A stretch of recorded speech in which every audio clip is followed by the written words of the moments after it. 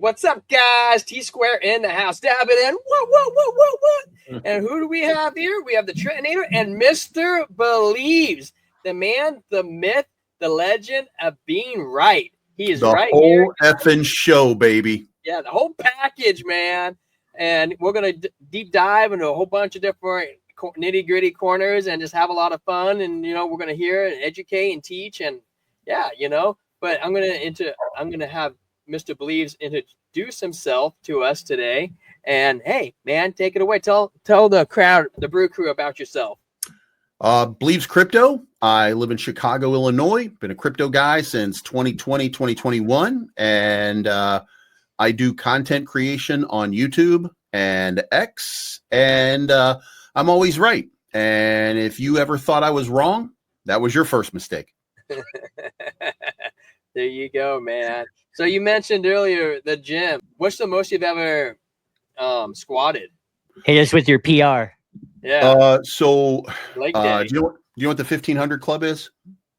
No, yeah, bench, squat, deadlift. Yeah, I was in the 1700 club for most of my life. So wow.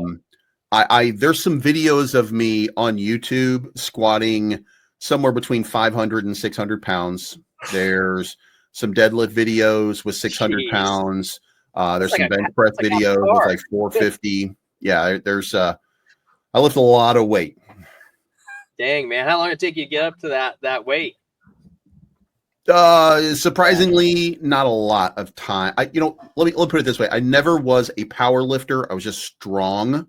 Yeah. So when I just decided I was going to start lifting heavy, I just started lifting heavy, and it turns out I can lift a ton of weight. So wow, good for you, I'm a little bit older now, so I'm a little bit older now, so I don't lift heavy. Yeah. But my leg press is still 900 pounds all the time. Cow. Guys, you know, like a bull. That's what our altcoin bags need right now. I'm right there. I can't help but notice, man. But you got this most phenomenal mohawk in all your videos. When did you get this mohawk, and how long have you had it for? I'm going to say the mohawk is now about 11 years old. I've had it for quite a while.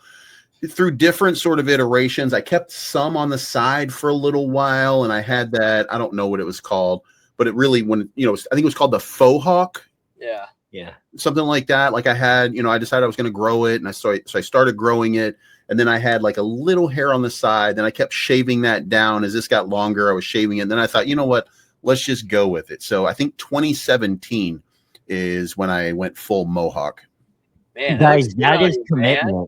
Yeah, legendary, dude. Having it 11 years, dude. I love it. I don't think I've met anybody else that's had it. And the fact that you're like, you said you're not a power lifter, but I mean, the fact that how much you can freaking lift is absolutely insane. So I almost feel like you're a power lifter. And man, being at the gym with your hairstyle, dude, you're like, this guy is a rock, man. He's a beast. So yeah, I get interrupted at the gym quite a bit for gym advice, and people know me from YouTube, so I get interrupted for that too. So gym is my safe haven, and I enjoy being there because it's kind of getting away from the mundanity of life, and it's I'm a big guy there. So we're going into our first crypto question. So we talked a little bit off the camera. How did you get introduced into crypto? And what kept you going? Like a lot of people, they'll buy something, they get dumped on. They're like, oh, I'm over crypto. I mean, tell me a little bit about your background. What's your experience, man? Why do you just thrive with this crypto? So let me preface by saying that I'm an open book with most people. I don't have a problem telling them how things happen. I got into it because a girl that I knew was posting on Facebook at the time stuff about Dogecoin. So it was in my lexicon because of Dogecoin, not because of Bitcoin or anything like that. And sure. I did not get into Dogecoin. So then the night that it runs up, going into Saturday Night Live, is like 73, 74, 75 cents, something like that. Then it massively sells off. And I'm like, ooh, I'm glad I didn't get ripped off on that. But I started thinking crypto, there's something to crypto. And what I need is the crypto that's going to change my life. So I need to find the right one. And one thing that I understood was I wasn't looking, Dogecoin is what I was looking for. I was looking for that 1000x. I wasn't looking for, don't double me with Bitcoin or something like that. So as I jumped in, I realized I needed that. And then I saw there was a company back then. I think they were called New Scale. I think they were something like that. But they were going to merge with another crypto, and they were going to create a new one called Keanu. And I was like, Keanu has kind of a ring to it. So then I put in the cash tag, because I learned about cash tags on Twitter for cash tag Keanu. When I did that, there was a Keanu Inu that had launched like 2 hours before. And I was like, you know what? I'm going for this. So I put $200. By the way, it cost me $180. Put $200 in because Ethereum gas fees were so high at the time. Yeah. Oh yeah. So I put $200 in, and 3 days later it was like $5,000. I was like, oh my God, if I do this, then by 3 or 4 days from now, I'm going to be a millionaire. Hindsight is 2020. You didn't know that at the time, but I was in, and it dumped super hard, but I was still way up. I was still up at, $1,000. I'm up 5x the entire time. So I'm never, it was never really a bad thing, but it was not that much. And, it continued to do that because I got in, I want to say maybe April of, and 3 weeks, 2 weeks after I bought, there was the Chinese ban on crypto, which caused the whole FUD campaign through the summer. Right. Sell in May, walk away. And Elon Musk FUD. Then it started to spike a little bit. And then all of a sudden, in the middle of October, out of nowhere, meme coins rallied like overnight. So my thousands back to 5,000. I cash out. I'm like, oh my God, I got 5,000 now. Well, in the meantime, the team at this crypto that I'm in, Keanu, had asked me about doing a YouTube channel. So I started doing YouTube for Keanu. Wow. And making videos every day, just walking around sort of videos, talking about it. Didn't know anything about crypto or anything, just, riffing. And so I did that for a little while. And before you know it, I got monetized. But in the meantime, before I had gotten monetized, I had kind of pivoted and said, I can't just do it with the Keanu crowd. It's not enough people. So I need more projects that I'm talking about. So I started talking about Keanu, Sanshu, Shiba Inu, Kishu, Starlink, a whole bunch of different, low caps that were in that bull market. And I started making predictions and stuff like that. And, I put them on charts and stuff and just making, just showing people how much money you can be making. And flash forward, I got monetized. I got my first $13 check from YouTube. And I thought, wow, what am I going to spend this on? I can buy creatine with this. So, but it was a start. And then I was like, you know what, if I can just increase that a little bit, it'll be worth doing. The next month it was like $300. And I was like, you know what, this is actually something that I could do if I can just continue to build. By the way, I don't know anything about bear markets or any of that at this point. So in the meantime, Keanu, they had wanted me to be part of the team, and they had gotten this guy who was he was a t-shirt printer. And he said, hey, I know the manager of Keanu Reeves, so I can get you guys in. And we were like, oh shit, let's do it. So this guy goes into a meeting with Keanu's manager.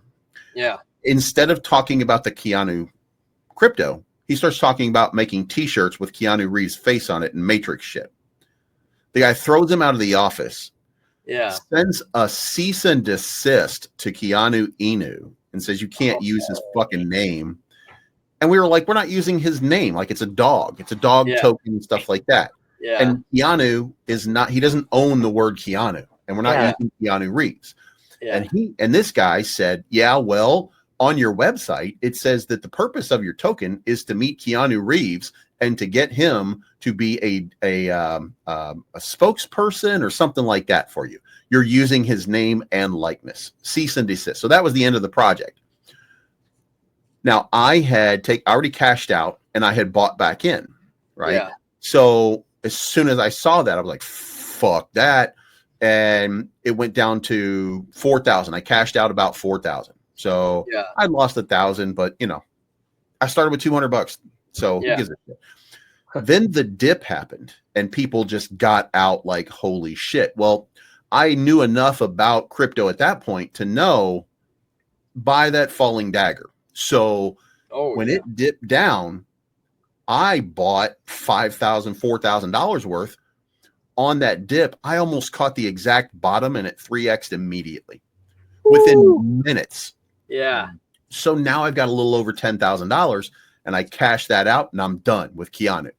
And then I moved to another crypto called Saitama, and I was making a lot of content for Saitama at the time. Oh yeah. And from that point, I started making about $1,000 a day just trading Solana. Because at one point it was going like, I think it was 7 zeros, like 8 to 7 zeros 9. Like it was, you know, they were leading up to whatever they were going to do. And you know, those guys were scammers, but they were good scammers. So it was easy money for a long period of time. And then in the meantime, YouTube was growing and growing and growing. Then you flash forward to, I want to say February of 2022. Yep. And I had at that point just barely gotten any kind of money, you know, $300, $400, $500, stuff like that. Nobody had reached out to do videos. Well, all of a sudden in February, whatever I hit an algorithm or something. And then the next thing you know, I got paid $42,000 that month to make videos. Wow. Which to me was insanity in itself. Oh, yeah. Then the next month, March, $26,000 just to make videos for cryptos and stuff like that. And that was my start. And from there, I just, you know, I grew the channel.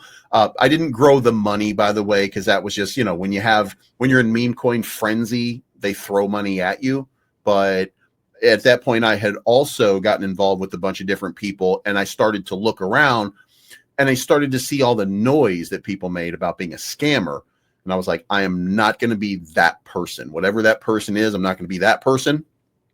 And that person ends up being somebody who takes crypto from a project.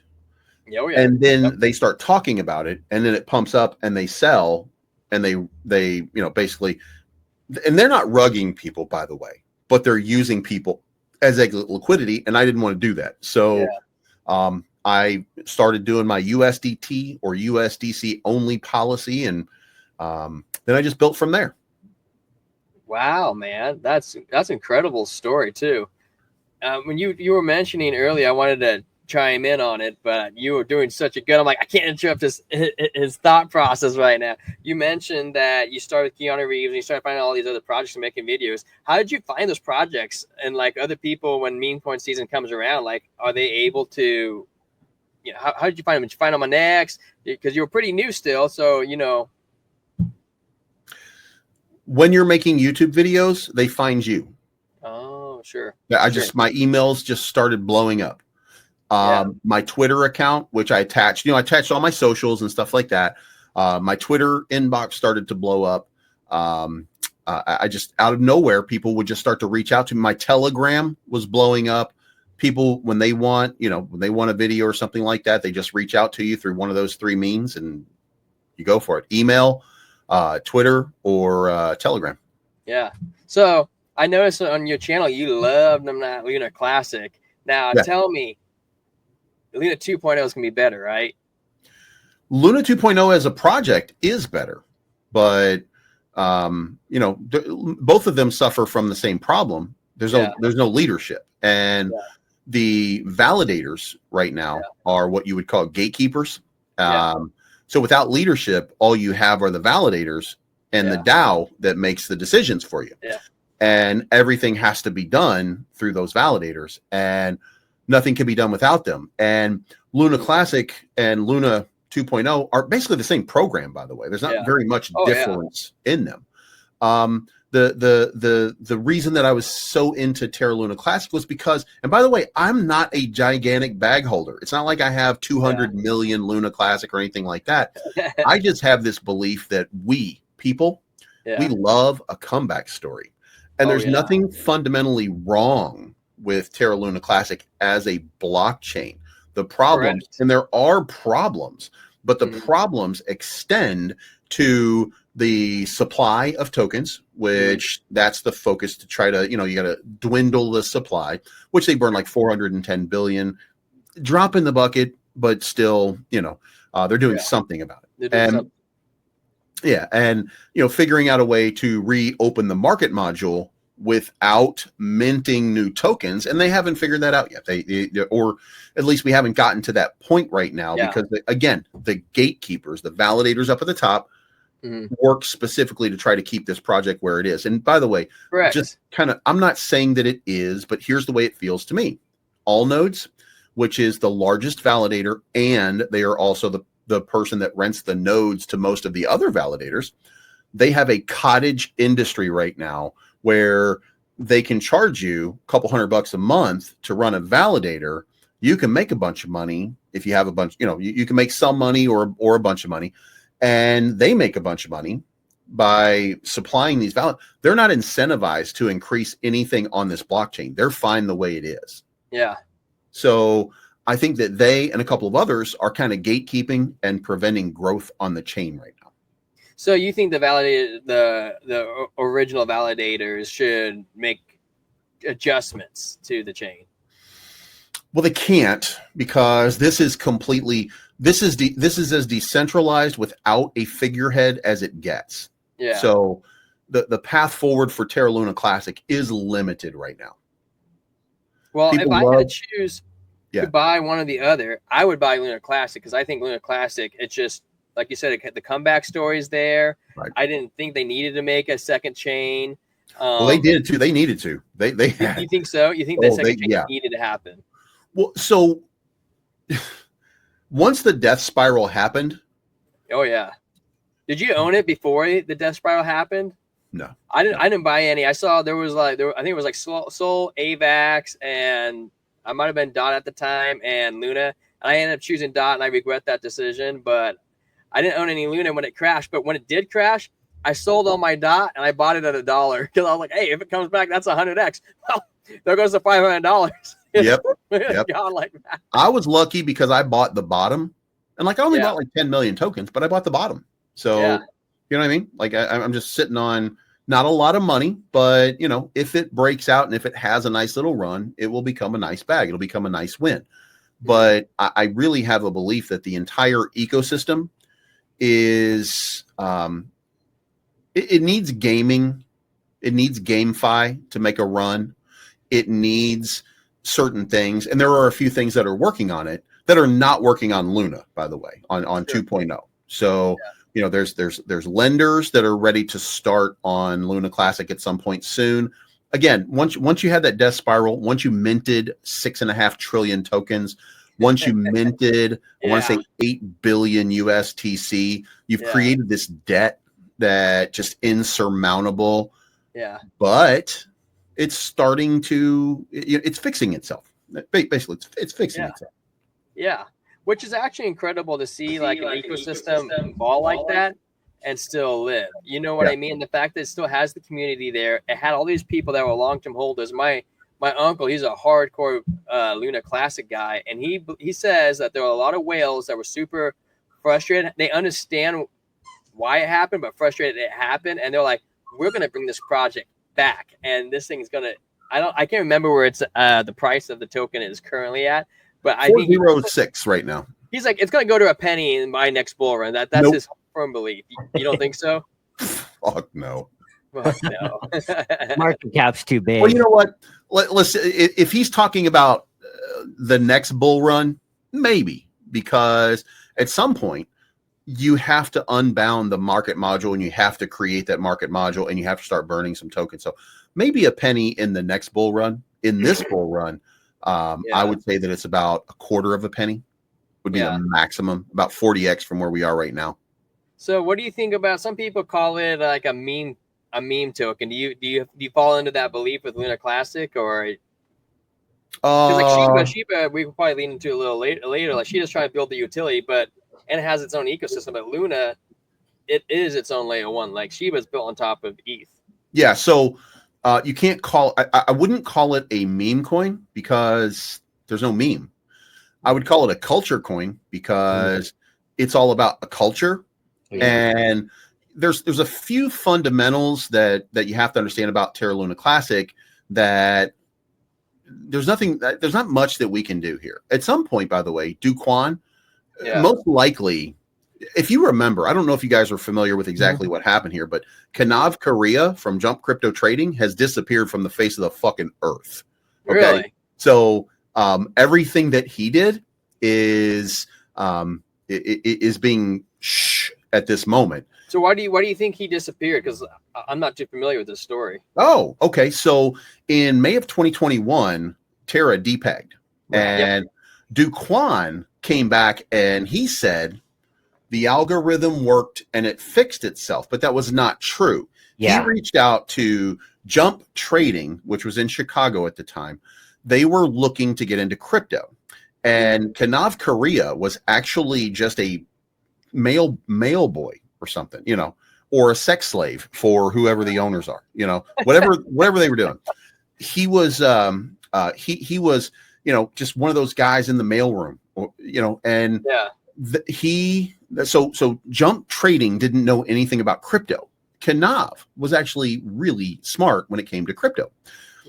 He explained to them what they needed to know about crypto to make the investment on Terra at the time. Sure. So they did, and then they promoted him and made him the president of, or the CFO, whatever they made, for Jump Crypto Trading, and they created Jump Crypto Trading for that purpose.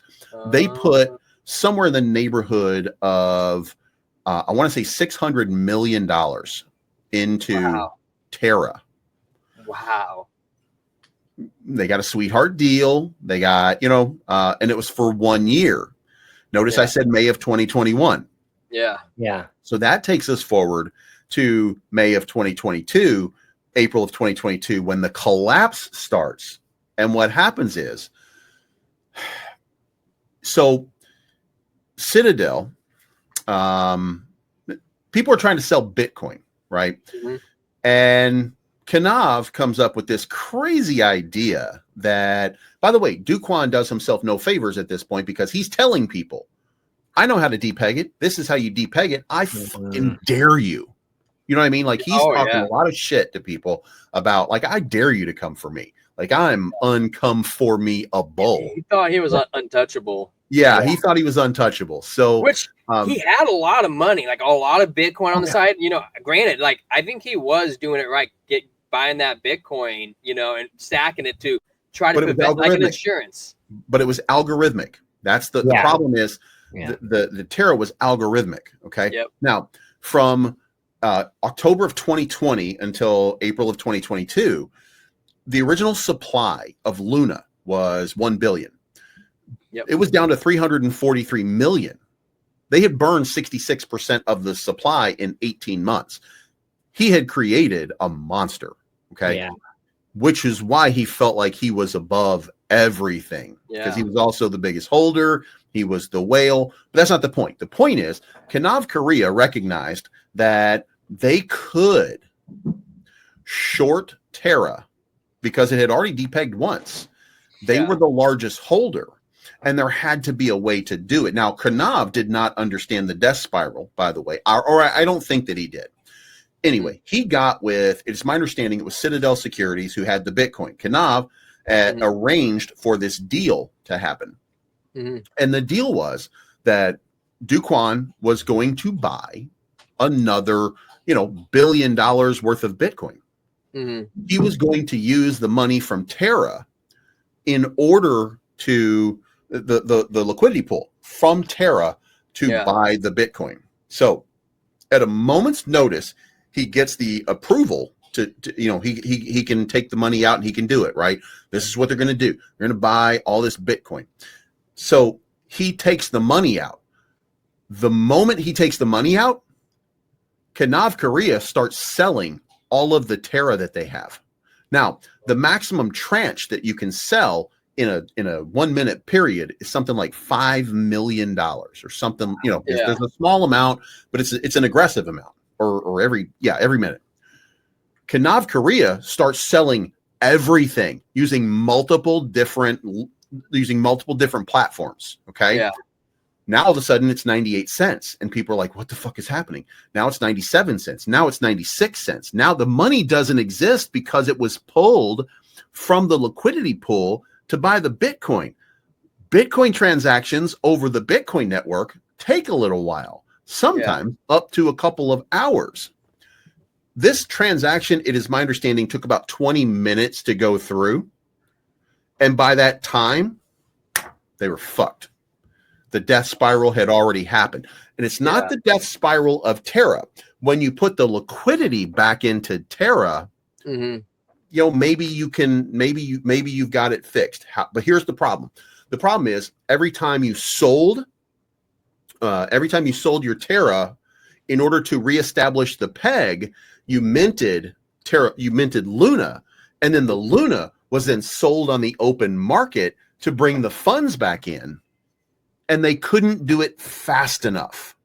So the price continued to go down, and it continued to mint more Luna.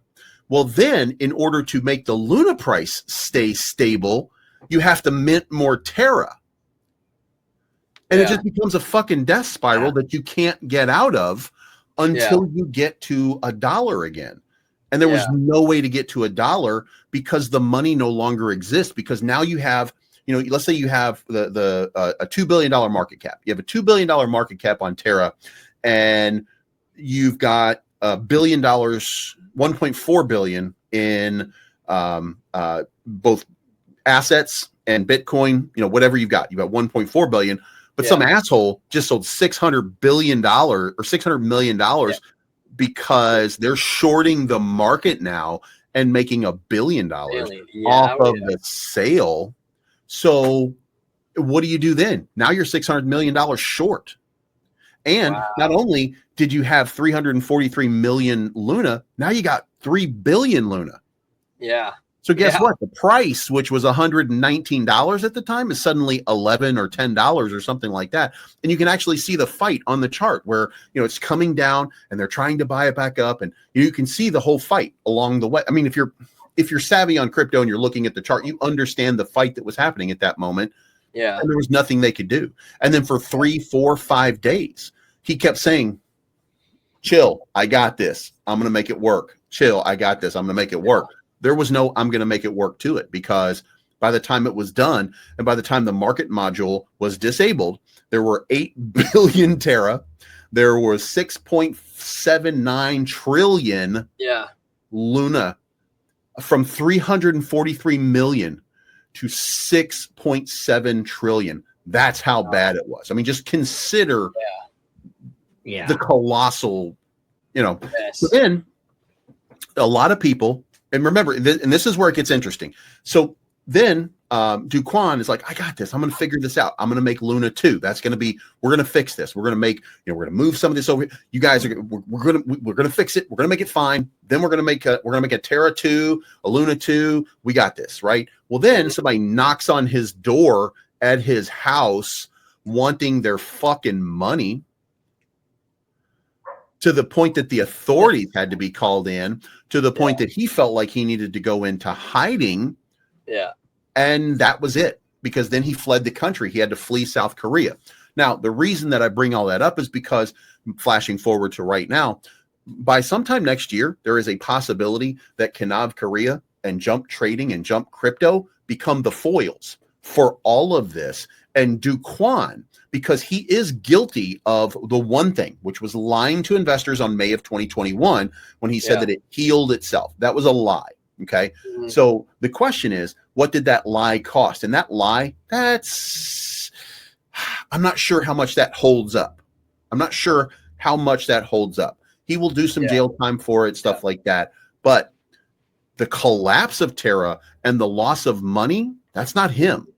That was actually Jump Crypto and Kanav Korea. So what you could see is that the Trump administration forgives or pardons or commutes whatever Do Kwon. Do Kwon is free to get back in the game and back in business, and he's free to start doing whatever he wants to do. Possible. Mm-hmm. South Korea just got a pro-crypto president yesterday. Oh, wow. So South Korea is about to start loading up on cryptocurrency, which is exactly what Terra Luna Classic needs. Yeah. Yes. China, at some point, even though they ban Bitcoin once a day, at some point, there's going to be a moment where China says, you know what, we can't keep up anymore. We have to do something. And what they're going to do is they're going to allow crypto. Yeah. Oh, yeah. When they do, you have 1.5 billion people who are ready to buy Luna Classic. Why? Because they love Asian coins. Yeah. And Terra and the entire ecosystem of Terra Luna Classic is an Asian coin. So South Korea, they're on the block. China, they're on the block, and they're gonna love a rebound, and they're gonna love a rediscovery of it and stuff like that. So again, I don't think that it goes up to a penny. Your uncle is out of his fucking mind. Okay, there's no penny to it. It would take a miracle. Like literally, it would take reducing the supply by, in my opinion, you'd have to reduce the supply by 75%. And remember, it took 18 months for the market module to do that originally. So you got at least 18 months, and there's no market module that's working right now. Right. And if the market module is working, then you're just going to start another death spiral because it doesn't exist at this point. So you have to change the way that the market module works as well. So there's a lot of moving parts to this thing. 40x, 50x, maybe if you get lucky, Otherwise, by next bull run, right? Are you next bull run? Maybe we can see a penny. Yeah. And again, I think that there's going to be a lot of different factors that work in its favor. Yeah. So at Do Kwon, Do Kwon's in jail or prison right now? Jail, Jail. Yeah. So he's in jail. He's in jail serving time, and his court case is coming up in, I think, January. I want to say 26. Wow. They threw him in jail. Well, wait, you'll wait a year and a half, 2 years till you get from a judge. Remember, South Korea is now pro crypto, so U.S. is now pro crypto. So Paul Haskins. There's gonna be some moments here where some things happen that we're like, what? You know what I mean? Yeah. And if Do Kwon is pardoned in some way, then guess what? Luna will the fucking moon. Yeah. Luna and Luna Classic will start to rip, and so will Terra. So will USTC. Holders got screwed, but like, at what point is too much penance too much? Like, at the end of the day, investors are responsible for what we do. No. Investors are responsible for what they do in a regulated industry in which everything is at least having the appearance of being fair. It's not fair. If you have money, you'll make more money than everybody else. Yeah. But Do Kwon lied to everybody when he said that the algorithm fixed itself. He installed investor confidence based on something that was materially false. That is him. That is him lying to you about the safety of his project. Right. Terra should never have been quantified as a stable coin. You know what I mean? Like, when you do these things, you're in the purvey of the SEC because you created a security. Now, Anchor Protocol, which was the lending arm, which was where all the money was coming from, is gone. They're not involved in Terra anymore. Juris Protocol is going to take over. But if you remember, Anchor Protocol was paying like 20% interest. Are you out of your fucking mind? They're paying like 20% interest. Wild. Right? Juris can't even do 5%, I don't think, when they launch. Yeah. Because same thing with Celsius. They were getting high interests too. Celsius was doing it because Alex Mashinsky was using fucking Terra and Luna to earn his yield. That's where it was all coming from. But what's the appropriate penalty for these guys? I mean, life in prison, or what is it? That's what I go back and forth. It's a subjective opinion. Yeah. If I gave you anything, it would just be my opinion of what you should be able to do. But it's a financial crime. Why are we putting people in jail for financial crimes?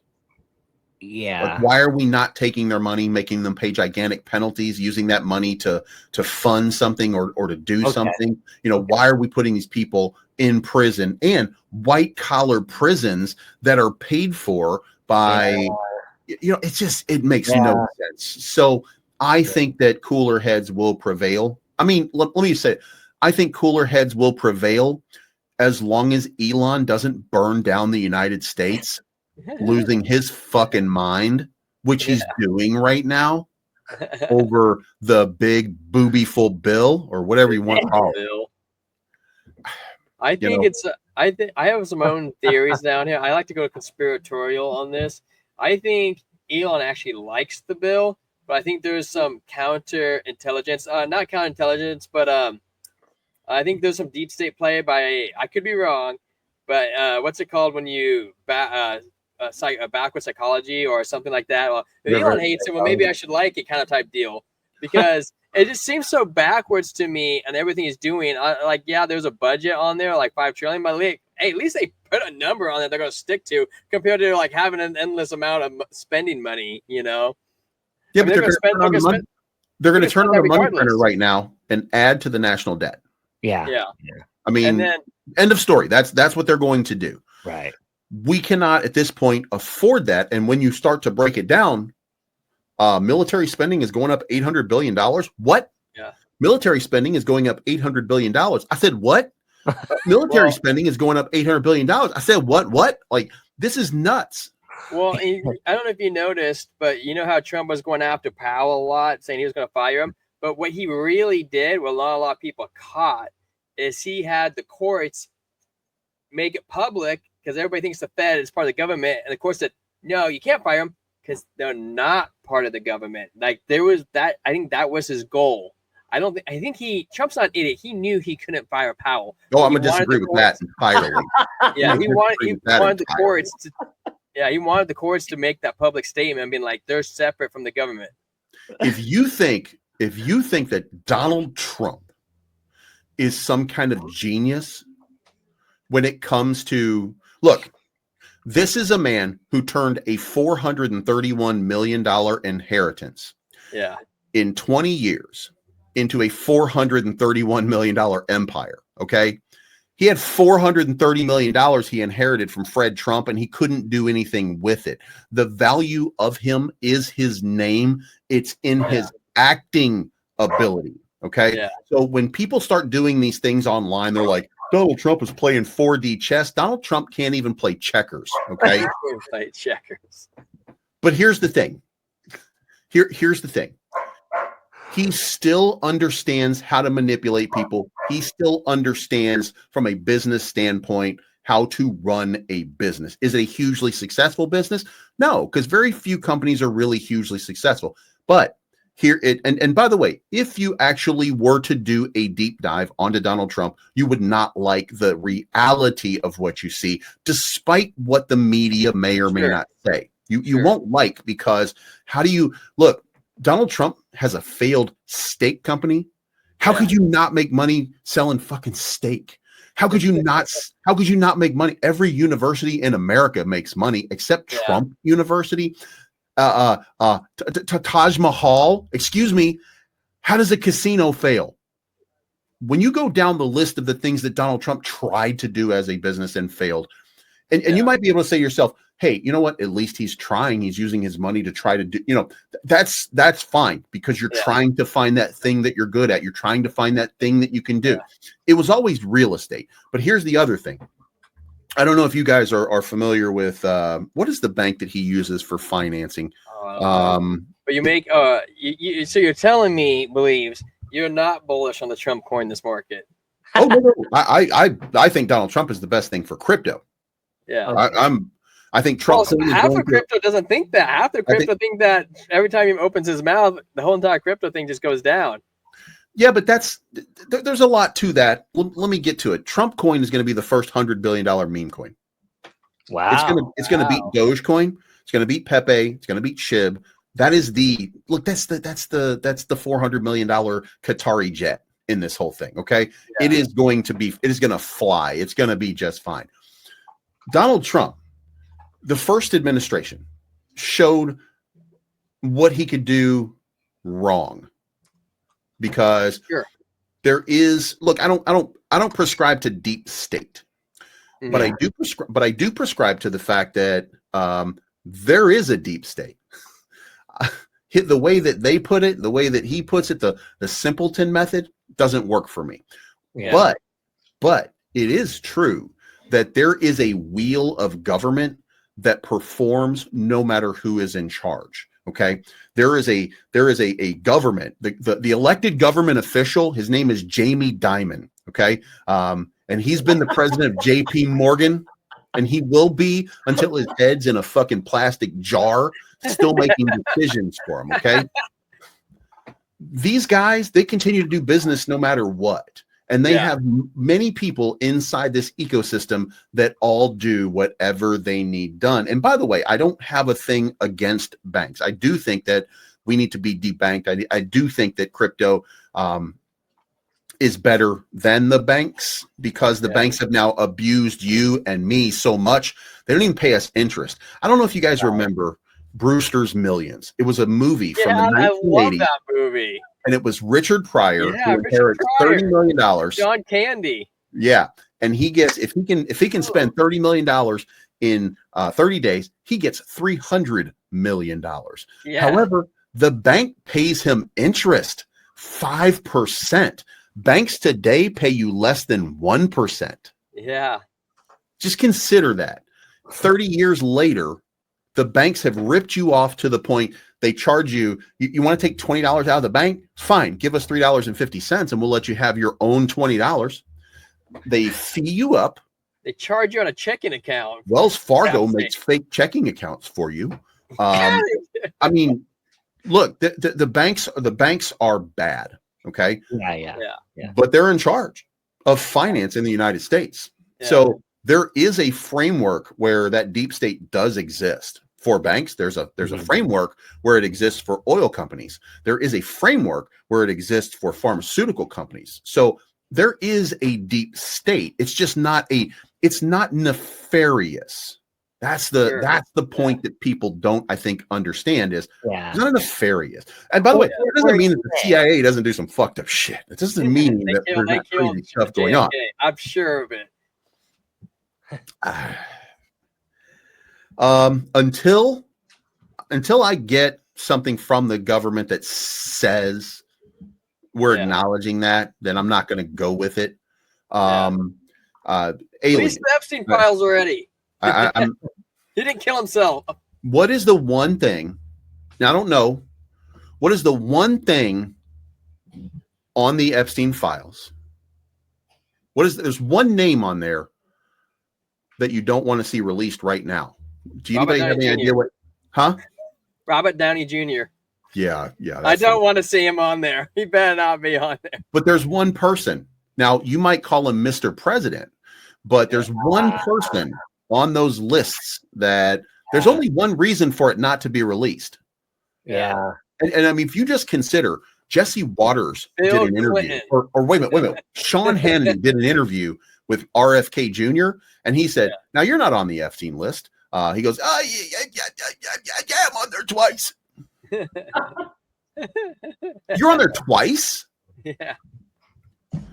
So there are going to be people deep in the government that are, and I think that they're like, you know what? We can't burn everything down right now, which I hate. I hate that. Burn it all down. Yeah. And by the way, I'm not one of those guys who lives my life thinking that people are shipping babies in by Wayfair. You know what I mean? Like, I don't fall for these crazy conspiracies and shit like that. There are plenty of conspiracies that are real enough. So, like aliens. Give it enough time, and you might find something out. Well, I think the problem too with the lists is that I don't think everybody on the list are bad, but it's hard to figure out. I'm sure 99% of those people are not. I'm sure that Donald Trump is on the list. I'm not sure. Yeah. And look, there's a difference between liking young, you 18-year-old model, 19-year-old model, 20-year-old model. It's a difference between that and what we consider at this point. Like we draw a weird line, and the line is partisan and it's politicized right now. Yeah. I mean, let me tell you who disappeared. Okay. That if you're a Trump fanatic, if you're a MAGA, if you're a deep MAGA guy, let me tell you who you defended to the end. Let me tell you. And by the way, if you're watching right now, look at me. His name was Matt Gaetz. He's disappeared. He's not in Congress anymore. He's disappeared. Do you know why he disappeared? 17-year-old across state lines to banger. Okay. Now, he was defended a lot by Trump. He was defended by a lot of people. He was even nominated for a position before they realized, oh shit, we can't do this guy. Kevin McCarthy came out and told people exactly what happened with Matt Gaetz. Okay. Why do you think that? So there's going to be people in the government. There's, you can't fall for this kind of shit. Like it's, and by the way, aliens, oh, give me that shit. Then don't do that Peru thing. Look either. over here and not over here. The mummies, man. I watched on Joe Rogan today. They were like the Peru mummies. They found, like, this is absolutely wild. Oh yeah, the God damn, what they called it, the A and the J and the B and the M models, and there's a bunch of what are they called, the 3-fingered creatures. Yeah, I always think say triceratops, but they tridactyls. That's what it was. Yeah. But I mean, most of their DNA is discovered to be from Earth. So there's DNA that they haven't figured out yet, but it's all from somewhere on Earth. Yeah. Like I think they discovered one in like 70% of the DNA or 30% of the DNA is from like India. Yeah. Or some ridiculous country in Asia or something like that. You know what I mean? Like no offense to any of our Trent finds it unbelievable that I'm kind of, I wouldn't say all the way, but I'm a pretty much a borderline flat earther. I think it's 50-50. I don't know, and I will never be able to figure it out. They call me crazy. It's okay. I am a different thinker. Let me tell you what I think about the flat earth. I think that if you are a flat earther, you're an idiot. Okay? I think you're a flat earther, you're an idiot. And here's the worst part of that, right? If you're a flat earther and you and I were to debate one another, I can't beat you. I'm a middle guy. I'm like, what I'm saying is if I'm debating a flat earther, if I'm debating a flat earther, okay, there are certain fundamentals in my mind which are very obvious and very evident, and like it should end any debate. But if you really take a step back, my arguments are all bullshit. Okay? Because first of all, the earth cannot be flat if it's in space and it rotates. If you put any object, square, rectangle, triangle, doesn't matter what it is. If you put it into a vacuum and you spin it and you rotate it, guess what shape it becomes? No matter what, it will become ovid or it will become circular in some way. Okay, so if you have the fundamental understanding that that takes place, then you should be able to say, well, obviously the earth is round. If you look up in the sky and you look at the moon, is not a circle. But and you look at the moon, it's an ovid shape, but you can't see all the sides of it, right? Like you're just seeing like a saucer. Yeah. You're just seeing a saucer. Yeah. So nobody's ever come back from the ice at the end of the, none of these kind of things, right? But here's the thing. I can't make that argument about the circular stuff because in order to do that, you could agree with me and say, yeah, but how does that apply to Earth? We're in a studio or we're just digital something or other, right? Yeah, I can't disprove that to you. If you say, well, your feet up there, if you go high enough, you can see the curvature of the Earth. And I would say, yeah, but also,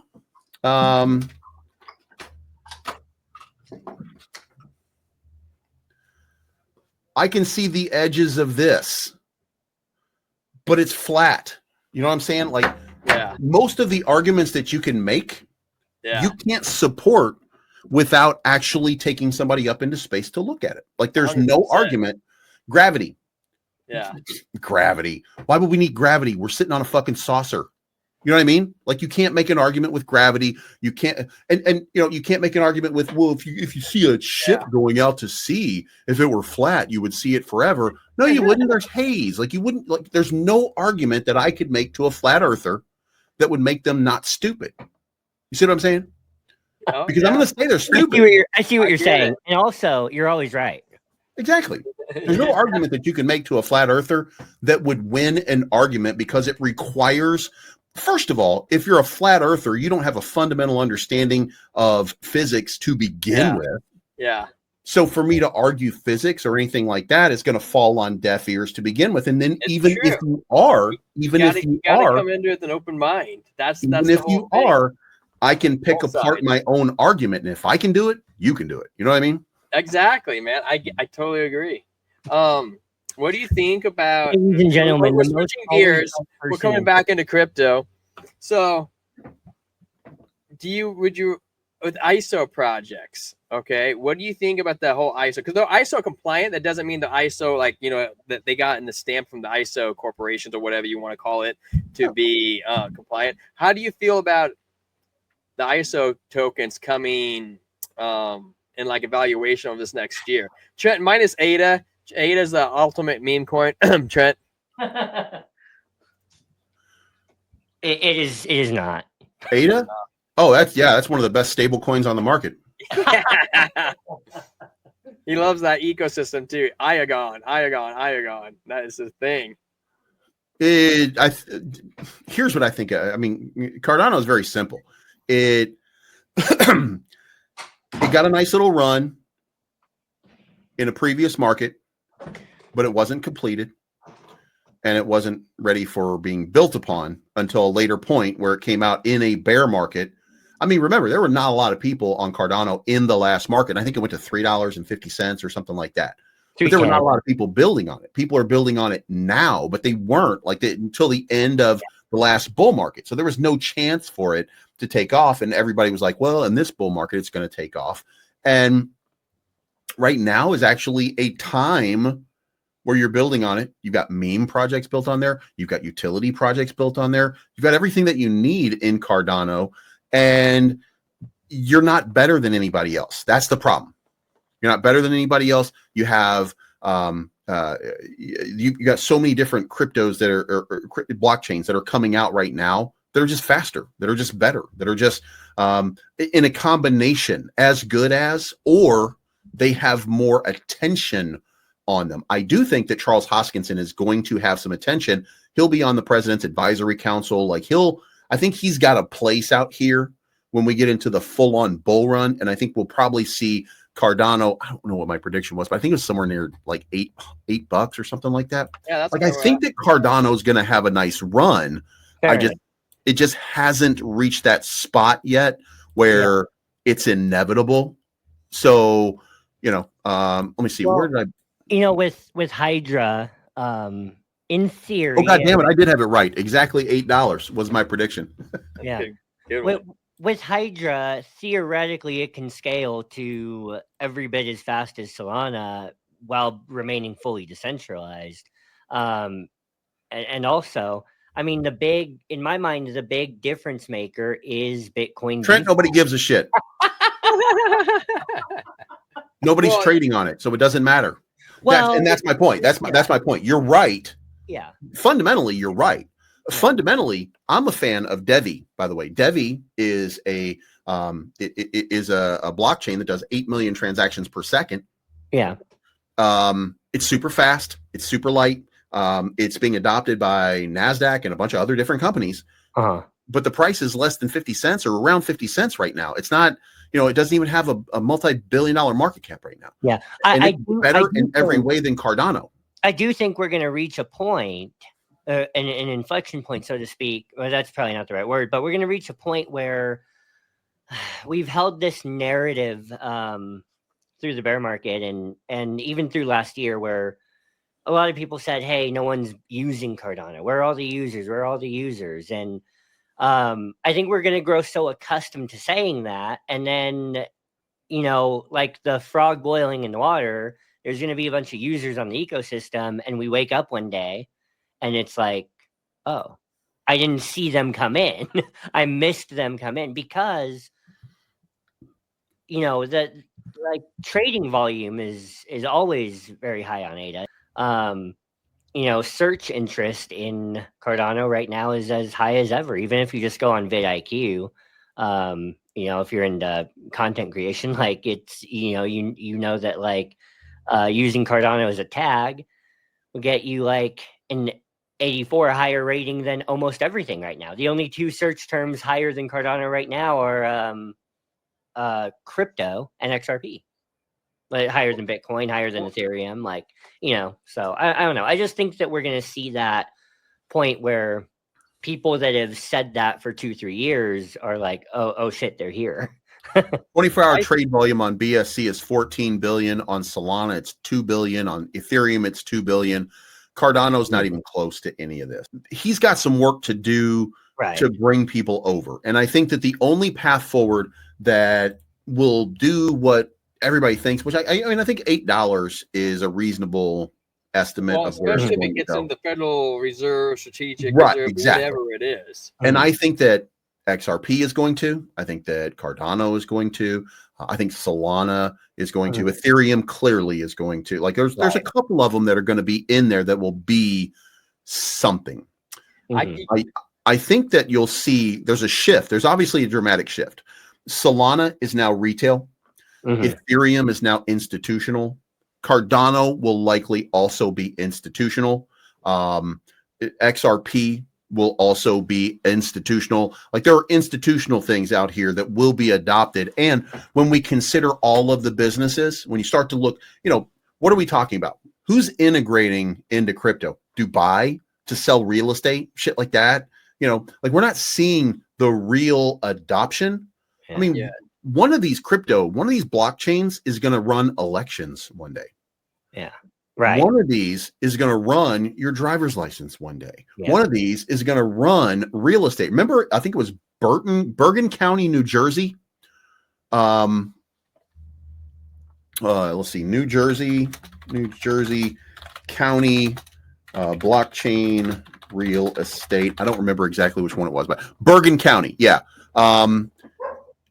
Bergen County signs a deal to digitize $240 billion in property records on the blockchain.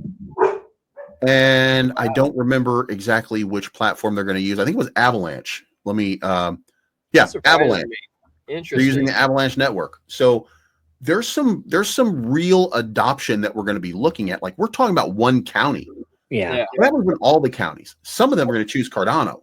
You know what I mean? And here's the good part. Cardano is ISO compliant.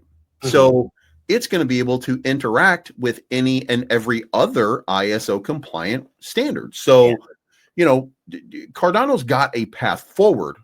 It's just at this point still a stable coin. It's the trust factor too. Like I like to ask people, which blockchain would you trust United States elections to run on? Bitcoin and only Bitcoin. and if it's between Cardano or Solana, then it would be Cardano. Right. You know. Sweet. No. But that's also a possibility there. Like there are plenty of different opportunities and plenty of different possibilities. Like, I mean, like if I were doing it, the place that I would end up doing it would be Ethereum because it would make the most sense because it's probably as secure, as adopted, as built upon, as popular as possible. I wouldn't use Avalanche because it's a layer 2. I wouldn't use Polygon because it's a layer 2. I would only use a layer 1 for it.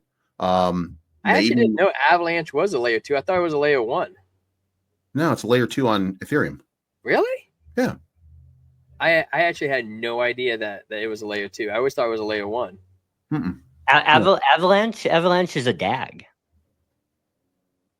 It's its own chain. I'm very sure. You know, this is all new information to me. I'm gonna have to take a peek at it. That's really interesting. Yeah, it's technically a hey, but now we're on the subject. Cosmos Atom is built on top of BNB. You're right. Layer 1. It's a layer one. Who the fuck am I? Oh, Arbitrum. Arbitrum is the layer. Yeah. God damn it! Like the ones that start with A screw me up every time, I guess. But hey, Adam's built on top of BNB. It's not a real layer 1. It's a layer 2.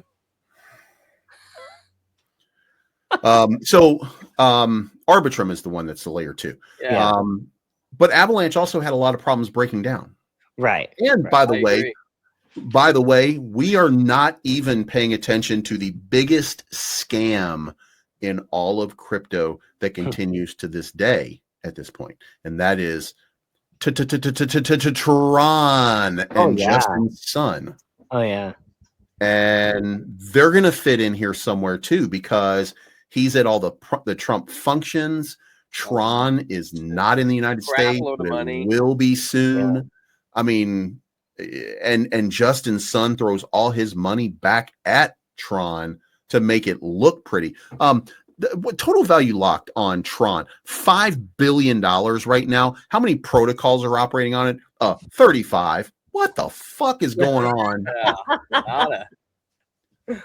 I mean, if you consider there's 35 protocols and one of those protocols is SunSwap, there's only 34 other protocols and he probably controls them all. Yeah. Well, what the fuck are we doing? You know, maybe that was a good segue. And it's not a good segue. We got to keep going. But, you know, speaking of, you know, scams, what would you say to anyone out there watching this right now that might throw out the BenCoin thing? So Hussein Faraj is the guy that ran New Genesis. New Genesis was the provider who stole the liquidity. They say that it was a third party. It was one of their programmers that did it. I know Hussein's brother, who sent me a message that said that, you know, he didn't have any evidence at that point, but he knew that his brother had done this multiple times before. 3 other times. And he was arrested, by the way, in Australia in February for scam, for doing this, for stealing money from people for this. And by the way, he is also launching a new project as we speak. Like, holy shit, this guy's got balls. Now, as soon as I found out, I called Cassie and I told Cassie, and Cassie's response was, good, fuck that guy. I hated him. I couldn't stand that piece of shit. Like, she knew there was something wrong with him in the beginning. Yeah. She told Ben, and Ben said, no, he's my friend. And then she said, well, what's his real name? And he's like, I don't know. And she's like, well, where does he live? And he's like, I don't know. And she's like, do you know anything about him? And she was like, and I guess Ben was like, well, I know he's a good guy. That's not enough. You know what I mean? Enough. Yeah. Oh, yeah. So Ben was still, and by the way, this leads up to Ben going to jail. Up to this point, Ben thought that Hussein was a good guy who couldn't do anything. Like, he's done it multiple times. So it is my opinion that Hussein was behind that liquidity pull and that he used his relationship with Ben in order to do it. And that is why Cassie immediately was like, good, fuck that guy. Like, nobody can prove anything, but she felt like there was something wrong with him. Ben was the only person that was defending him nonstop. Yeah. And so if you were robbed, Hussein Faraj stole your money, in my opinion. I don't have any fact to back that up. His brother reached out to me and said that he did it, but he didn't have any proof as well. So, you know, I don't know. It's my opinion that that's, you know, that Hussein was the one that did it and that it was not. And also it is my attestation that Ben did not have anything to do with it. Cassie didn't have anything to do with it. None of these people had anything to do with it. They didn't get any money off of it. They lost to the fact that they're not out here screaming and going crazy about that fact is merely because they weren't going to spend that money anyway. Their coins and tokens were locked up for long periods of time. There was no money for them. So it doesn't really matter. They're not freaking out because there was no real loss to them. They're still pulling in income from their own sources. So that's why that, well, and this illustrates, just in my experience, and this is probably, well, this is the first time I've said this on the Blockchain Brew, but my wife and I worked for Ben Armstrong, starting at Hit Network in September of 2021. And during the ousting in 2023, my wife, Molly, and I left Hit Network, and we jumped ship to go with Ben, and we were his content and post-production managers, in essence. I've written almost all of his scripts for quite a while now, except anything bad that he said about Cardano. I didn't write that. He either wrote that himself with his genie. Do you hear that, TJ? Trent is the reason Ben's talked all that shit to you. I didn't write that. That's another one he wrote himself. Hey, that was a monster script, by the way, and the post-production team was running around like a chicken with their head cut off because he was in a manic, and he was in a hypermanic state, and we had pieced together ideas of what he wanted. It was like putting together a 1,000-piece puzzle and put it together yesterday. Yep. Yeah. But that being said, a lot of you guys on the channel know that I'm a Christian, and T-Square as well. And if you're not Bleeves, I don't mean to bore you, but I'll make this quick. John chapter 7, verse 24 says, "Do not judge according to appearance, but judge with righteous judgment." In other words, it's popular to say things about, BenCoin and scam and, this and that. Obviously, the thing was rugged, right? But, we're so quick to connect dots that we don't know the whole story about. Right. And John 7 says, "Don't judge according to appearance." Can you tell that to ICE? Right. Heck yeah. Proverbs 31:9, "Open your mouth, judge righteously, and plead the cause of the poor and the needy." This, anyways, I won't get into that one, but this is not righteous judgment. That's not in the Republican Bible, by the way. Oh, it's not. It's absolutely not. Proverbs 18:13, "He who answers a matter before he hears it is folly. It is folly and shame to him." And it's another one of those things. We're so quick to answer a matter before we've heard all of the data. Yeah. Right. Galatians 6:1, "If a man is overtaken in any trespass," you hear that it said any trespass. I mean, of course, there's certain grievous actions that are, warrant, probably the death penalty or life in prison, whatever. But it says, if a man is overtaken in any trespass, you who are spiritual, restore such a one in a spirit of gentleness, considering yourself, lest you also be tempted. Now, you say you have a pastor that's caught in, clergy sexual abuse. Does this mean that you put the guy back in the pulpit? Absolutely not. But, restore such a one in meaning that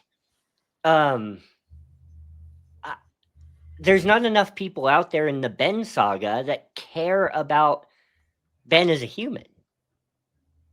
Did Ben do some things wrong in the last year in terms of the way that he went about things? Sure. Did I not like the way that he talked to me a time or two? Sure. That was very rare, actually, mind you. That was only in his hypermanic state. Mm-hmm. He was actually incredible to work for. I go on the record and say that. And he was he's something about Ben is he's insanely generous, right? He did not have to be paying a team of, well, this is just post-production, never mind the fact that Cassie's friend was on I forget her name, Mexi, but I forget her, Elise, I think. Elise. Anyway, You know, there were other people on payroll too, but just the post-production team, he was trying to get back on his feet in a lot of ways. He didn't have to be, and never mind, he was paying, you know, J Chains and AJ, at least at the first part. He could have said, well, I'm going to take, you know, I'm going to keep, you know, the money that comes in, I'm going to pay myself, and I'm going to write my own scripts, and I'm going to, you know, do this, you know, in my living room like we all do. But we all know Ben, he needs to have a studio. That, you know, that's a want of his. But my point is, he was generous. I'll say it that way. We were not hounded. We were compensated well. We were not hounded. Yeah, he called a lot on late nights and weekends, but that's Ben. He doesn't know what day it is himself. Work is work. Yeah, exactly. He was, overall, my point is, he was mostly very pleasant to work for, unless he was manic. Yeah. And, you know, if a man is overtaken in any trespass, yeah, he went on a manic episode because of his own internal struggles. Yes. And there's not enough people out there in this saga that care about Ben as a person. I know T Square does, because when I met T Square, we met in a courtroom because we both went out to the last court hearing to support him. And right before the session started, he beat me to the punch. I was thinking about praying for him, and the next thing I know, T Square is standing up and, you know, lays his hand on his shoulder. He's like, Ben, can I pray for you? And, you know, that's what's missing in a lot of this, I think. Proverbs 11:12, he who is devoid of wisdom despises his neighbor, but a man of understanding holds his peace. We got a couple more here. He who covers a transgression seeks love. Titus 3:2, speak evil of no one, be peaceable, gentle, showing all humility to all men, including people that you don't like. If you don't like Ben for whatever reason, he's a person, right? And then Ecclesiastes 7:21, also do not take to heart everything people say, lest you hear your servant cursing you, for many times also your own heart has known that you have even cursed others. Proverbs 19:11, the discretion of a man makes him slow to anger, and his glory is to overlook a transgression. Proverbs 10, hatred stirs up strife, but love covers all sins. And I'll bring all this Bible reading to a wrap right now. There's just one or two more. Matthew 5:9, blessed are the peacemakers, for they shall be called sons of God. A wrathful man stirs up strife. Now, this has something to say, you know, finger pointing back at you, to the internal struggle that was going on in Ben's heart too. A wrathful man stirs up strife, but he who is slow to anger allays contention. And the thing about that is that goes both ways. There's people on the other side of the Ben saga that are part of the problem.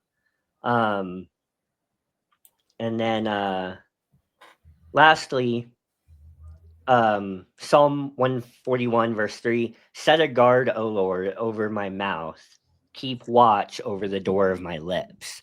And man, like we're just so hasty to say everything that comes into our mind, and not all of it's helpful. You know, and you know, my last thought is, you know, the parable that Jesus gives of the Pharisee and the sinner, and the Pharisee says, I thank God that I'm not like other men. And the sinner says, beats his chest and says, Lord, have mercy on me, I'm a sinner. And Jesus says, which one of them do you think walks away justified? You know, Ben, he's become very troubled through all of this, like in his own mind. And I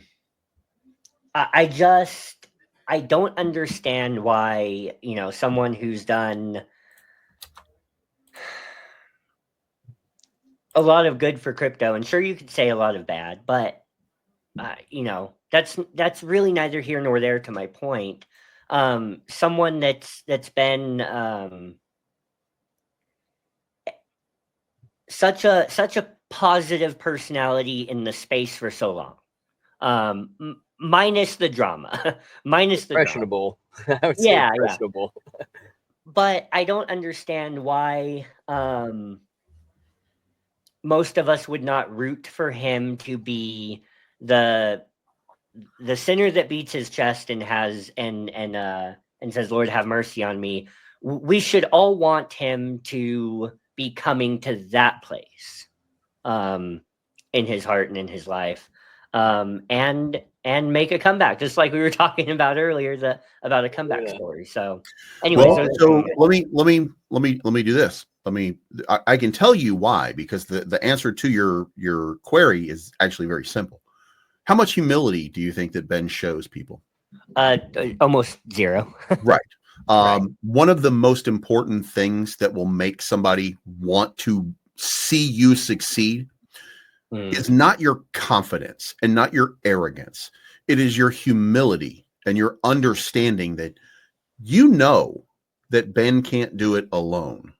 Yeah. You know that Ben has layers. He needs somebody to write effective scripts. That's where you come in.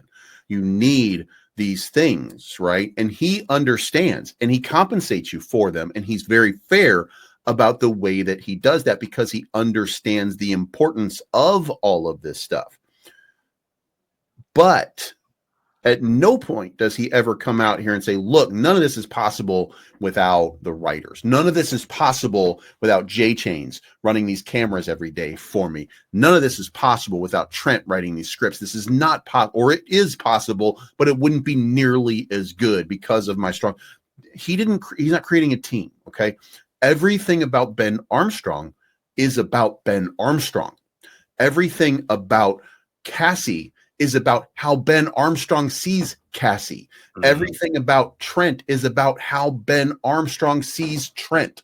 Everything about TJ is about how Ben Armstrong sees TJ. There's no humility. There's no level. And by the way, I do think that in fact, in his real life, when he lets that quote unquote guard down, he's actually very humble, very personable, very nice person.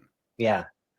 However, who you present yourself to society is who you are.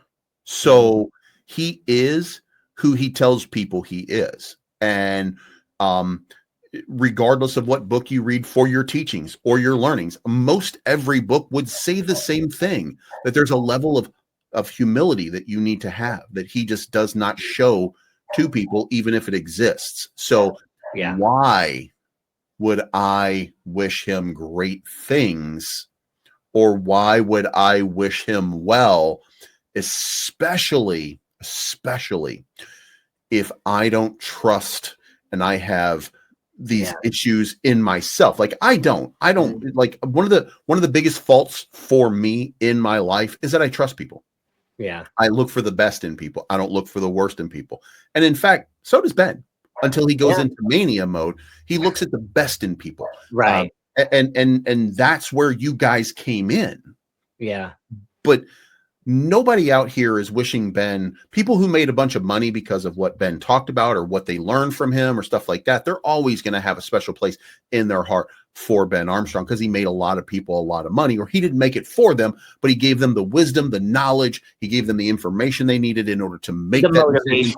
He gave them all of those pieces, and they were able to put it together for themselves. Everybody didn't copy trade Ben Armstrong, but there's that level of humility that even people like myself, like I don't follow your book, but I believe that it's very important to society to have a Bible, because, take away 7 of those commandments, and the other 3, don't lie, don't cheat, don't steal, don't kill. There are a couple things in there that are very, very important that function, that causes society to function.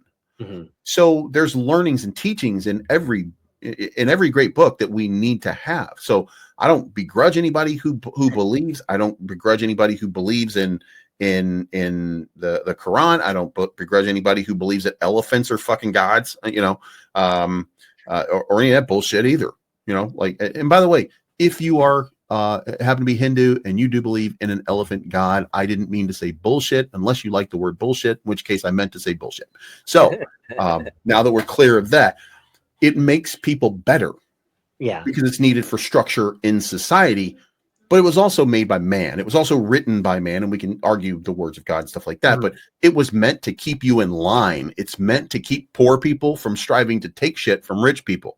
Like, if you don't break it down to its basic function, then if you don't have that understanding, that's also okay. It is my belief that the reason that these things exist is to keep power where power should be, and to keep the what do you tell me? What do you tell me? Oh yeah, because I'm broke.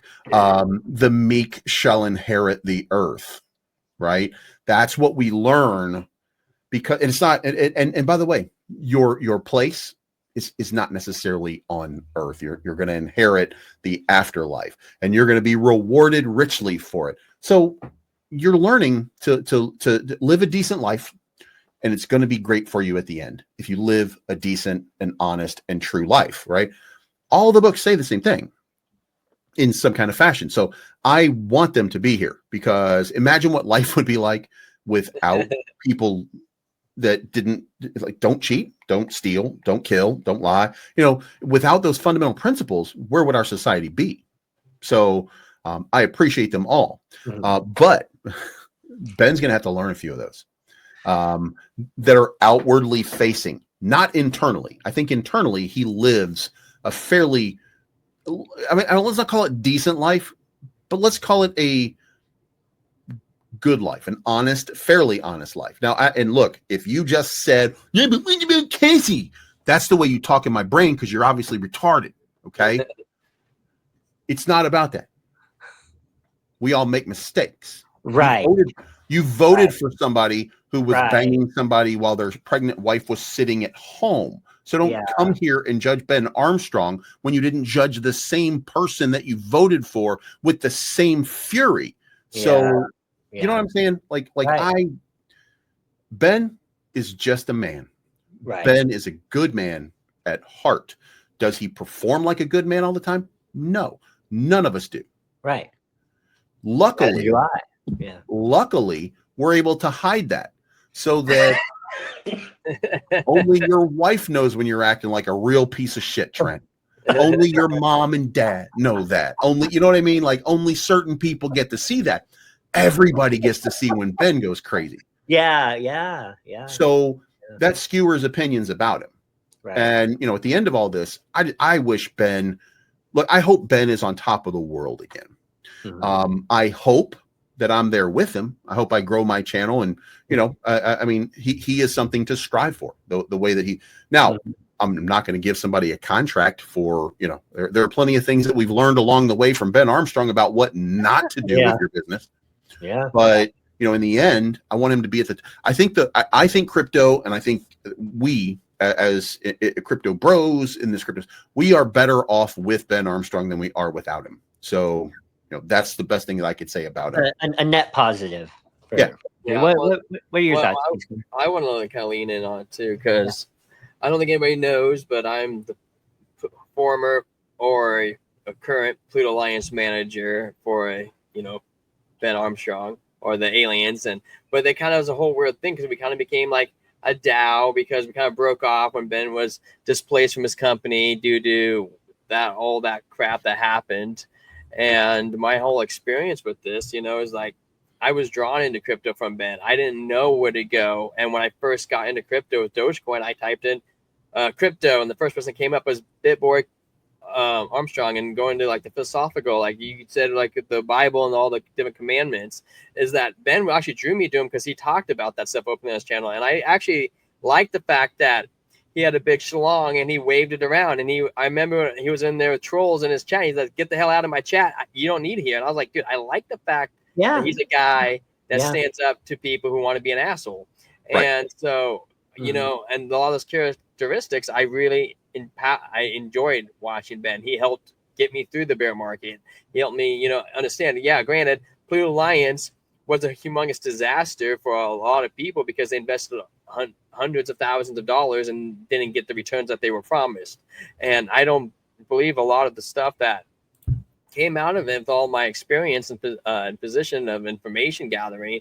I don't believe that was Ben's fault. I don't think that it was his desire and everything. And watching this whole clips, Netflix series unfold in front of me with BitBoy Crypto and the whole Ben saga, you know, I valued his friendship. I valued his knowledge. I think he did fill a space in crypto, and I think he will always fill a space in crypto. Some people will be bad, some people will be good, some people was needed, some people didn't need it.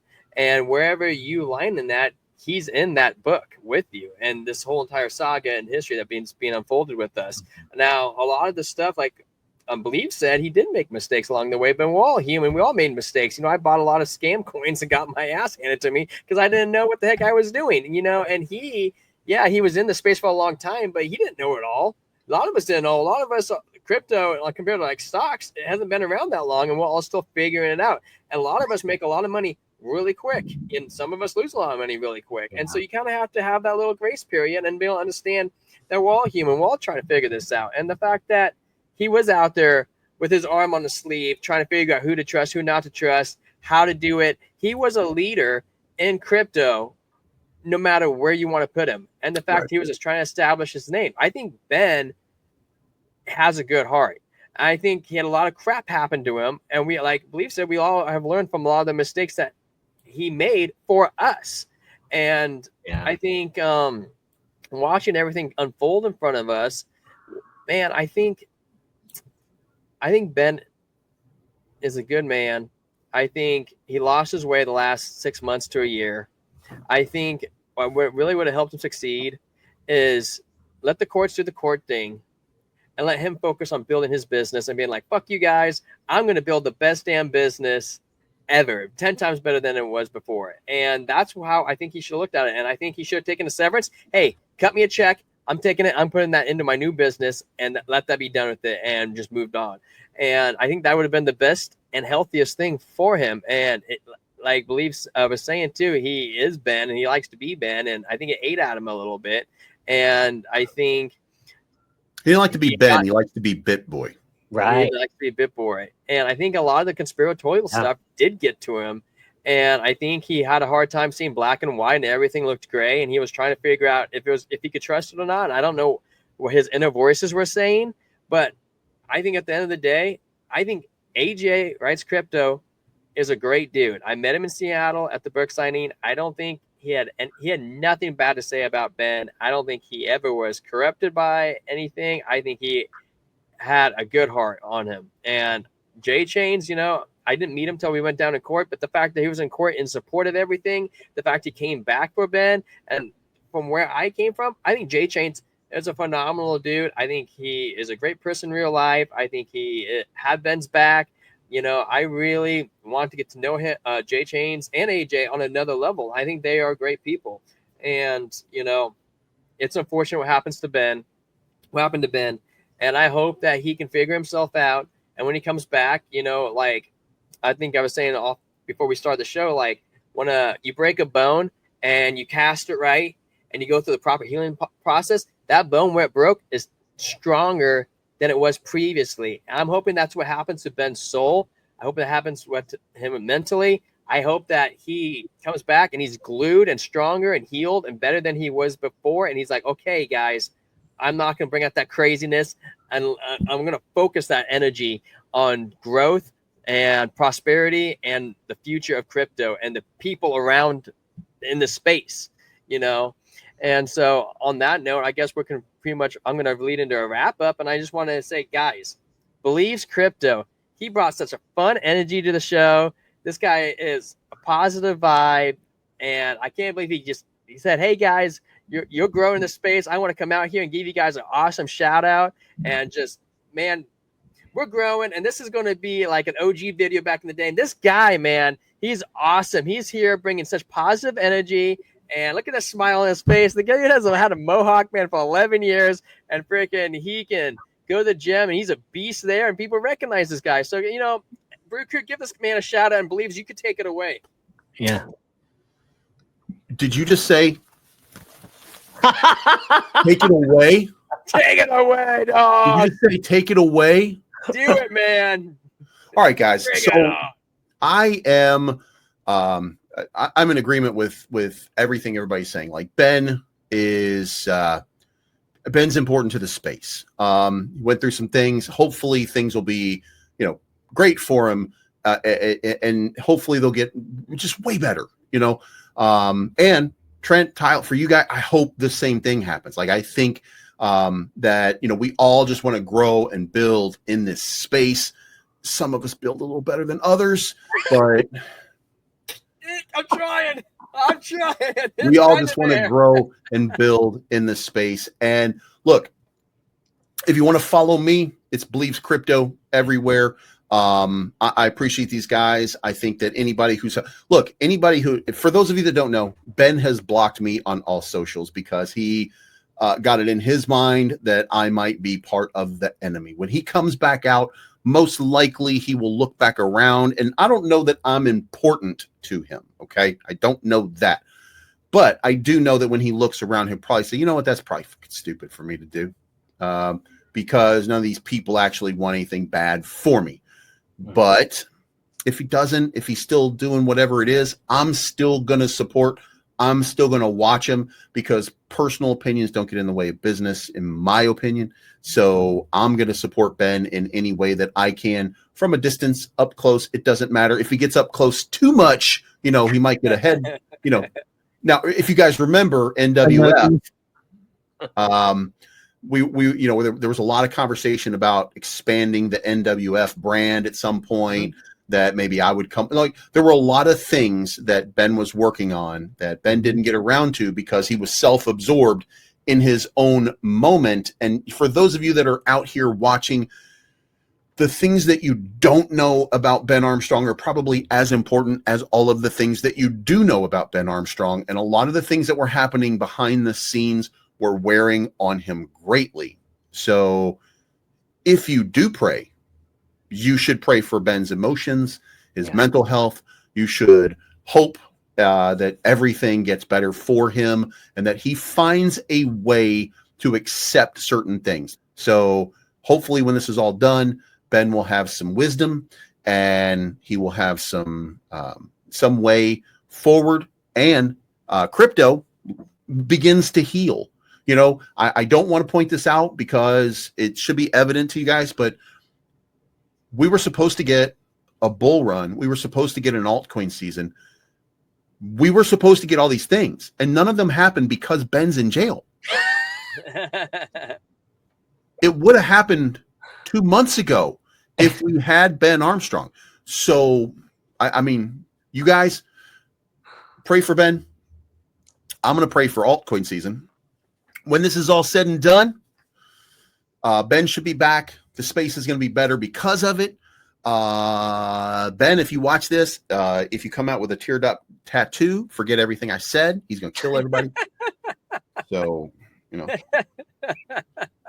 be careful. But listen, if you are a fan of Ben Armstrong, get ready, because when he comes out, it's going to be with a vengeance, I think. And a lot of, I think a lot of us are going to be better to have Ben Armstrong out here than we are when he's not around.